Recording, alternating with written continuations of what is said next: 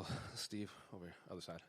Obviously, the last time we saw you preparing for your first UFC title shot, I guess, how has life been since then? You don't have to do as much media for this fight week, I'm sure, even though you are the co-main event. But I guess, how's life been and what lessons have you taken away? Not just from the fight, but just that whole build-up and experience towards that.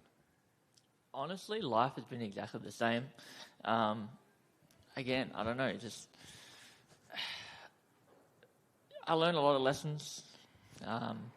I got a lot of confidence from the performance. I know it didn't go my way, but I know that I can hang at that level. I know I can go 5 rounds and push the pace. So there's a lot of good things that came out of the fight, even though I didn't get the result I wanted. And it didn't seem like you took a whole lot of damage in that fight. So I guess how soon after the fight did you hop back into training? Because, you see some of these guys, they lose their title fight. It's not a one-sided loss. They get that itch almost immediately. Yeah, so it was probably a good thing that we had a holiday around Argentina and that sort of thing planned, so I had to take time off. But, as soon as I was back, so I think it was 2 weeks I was over there, and as soon as I was back in the gym getting ready for whatever the future held at the time.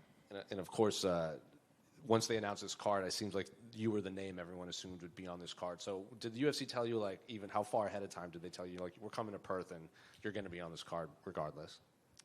Well, I knew they were coming to Perth, and I don't remember how long before the fight they gave me Kai's name, but I wanted to be on it. They obviously were happy to have me on it, have a Perth boy represent on the card. So as long as I wasn't injured, I was taking the fight, whoever they gave me. So I think, they just threw a name, and they knew I was going to say yes. And what do you make of Kai as an opponent? He's a guy from this part of the world that's kind of the veteran of this division. So I'm sure you watched him before you got to the UFC. And so what are you expecting from him on Sunday morning?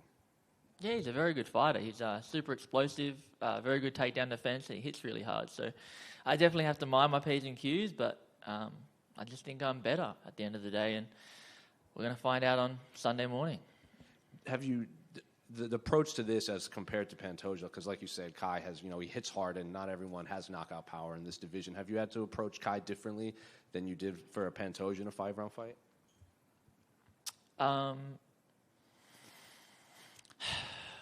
Not really. I mean, they both throw wide shots more so than anything else. It's just I'm not preparing for a guy who wants to take me down constantly. So I guess more of my camp is focused on the striking element. I'm not delusional. There is a chance, especially if it's not going well for him, that he will try to take me down. So I still need to keep that up and keep improving at it. But a lot of it's focused on the stand-up. Were you hoping this would be a 5-round co-main event? Because it's lately we've seen there's a title fight and then maybe a co-main event would be 5 rounds.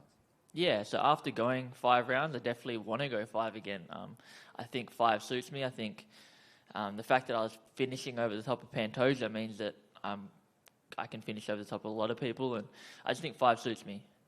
Are you surprised that you're returning before Pantoja in that fight? No, not at all. He first of all said that he needed to take some time off, and I like being active. I like fighting, so not surprised at all. Can I get your thoughts on what happened to Muhammad Mokaev? He was a big name in this division, and now he's no longer part of the promotion. I don't want to kick a man when he's down as much as possible, but he made some decisions. He obviously wasn't. People didn't make a fan of people, I guess, as not the fans and obviously the people in the company. So I feel bad for what happened to him, but I guess he did it to himself. Then 2 quick ones unrelated to your fight, but I'm sure you saw in November they're going to implement those new rules that allow 12 to 6 elbows and redefine grounded opponents. I'm curious, do you like those rules, and do you think it's been a long time coming? I don't know if I like the rules or not. I kind of do, kind of don't. I want to see how they translate. I'm excited to throw a 12 to 6 elbow at somebody, climb the tree and throw one, but I don't want to get hit by one so much. So I will see how it works out. And can I get your thoughts on the main event between Dricus and Israel?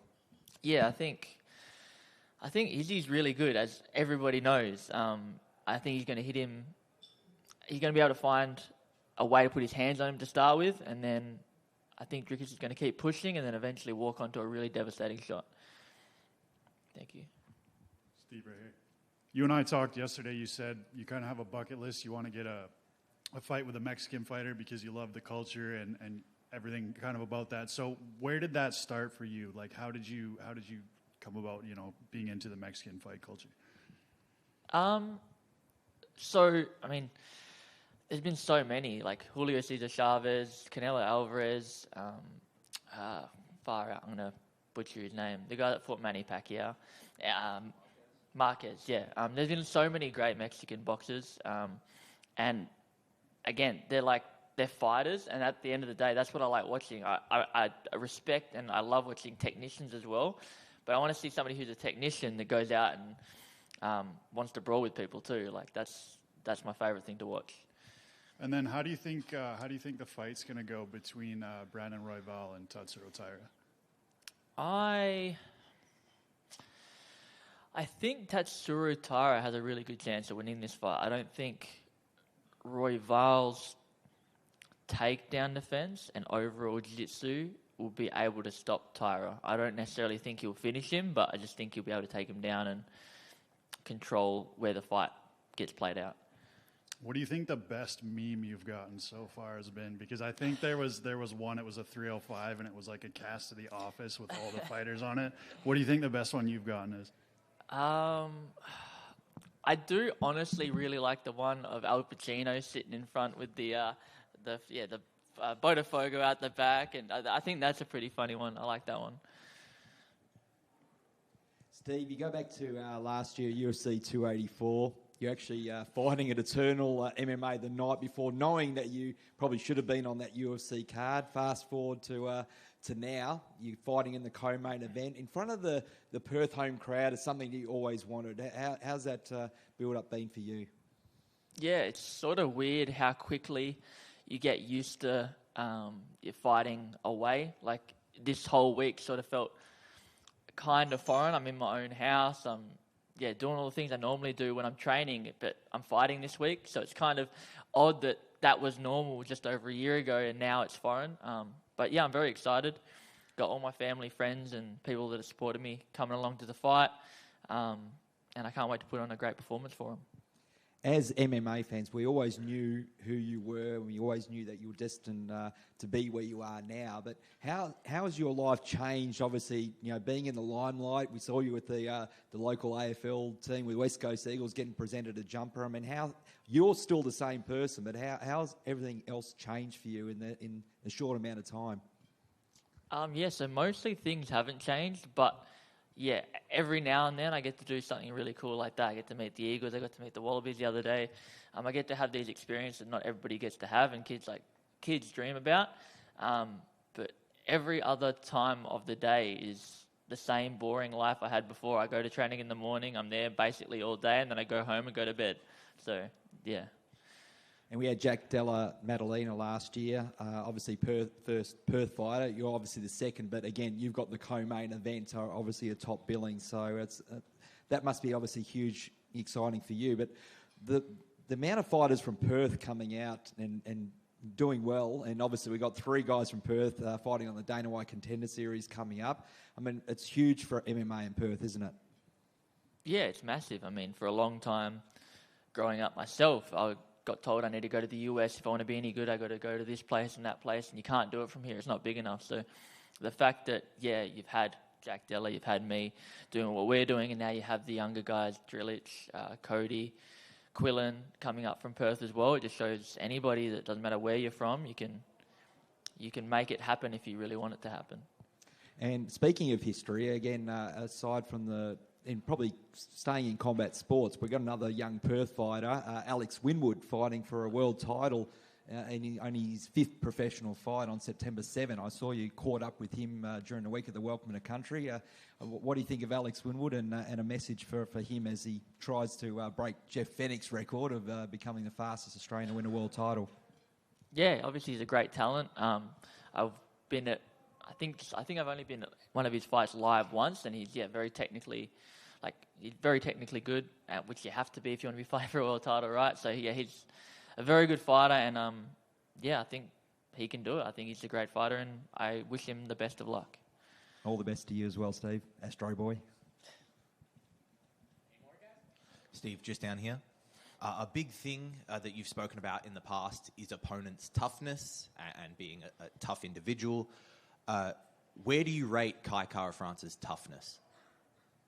Yeah, he's very tough. I'm trying to remember the fight he fought. Doesn't matter who he fought. Anyway, but he's he was getting choked and he couldn't get the guy off his back, but even though he's deep in the choke, he was fighting the whole time. He didn't give up. He's a tough guy. I'm just hoping he's not as tough as I am. Your last fight before you joined the UFC was here in the hometown, but now obviously a much bigger stage. Is family coming out to see you? Yep. How is that for you? You're fighting, I suppose technically not the biggest fight of the career, but still a very big fight at home. How is that to have the family around? Yeah, it's good. It's very good.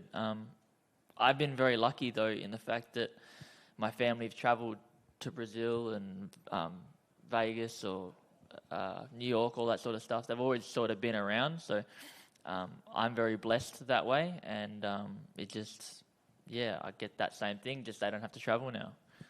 I feel like Perth really embraces its sporting heroes and legends. I was at the Perth Museum the other day. There's a lot of Perth sports memorabilia. Do you think we could get something of you in there? I think I need to do a lot more in the sport before that's even a twinkle in my eye. So, that would be awesome, but I've got a lot more to do. Thank you. Steve, one more in the front right here. Just purely out of curiosity, because I assume I'm the only Mexican here. Yep. There's debate between Canelo and Chavez Sr. as the best Mexican boxer. I'm curious where you stand on that. Chavez Sr., for sure. Yeah. Steve over here, mate. Canelo is amazing, though. I'm not taking it away, but Chavez was What do you amazing. make? People are saying he's ducking opponents now, because he doesn't want to fight Crawford, doesn't want to fight Benavidez. I doubt that's true. He's gone up and fought way above his own weight against the toughest guys in the world. So I can't imagine he's ducking anybody. But they said the same thing about Floyd.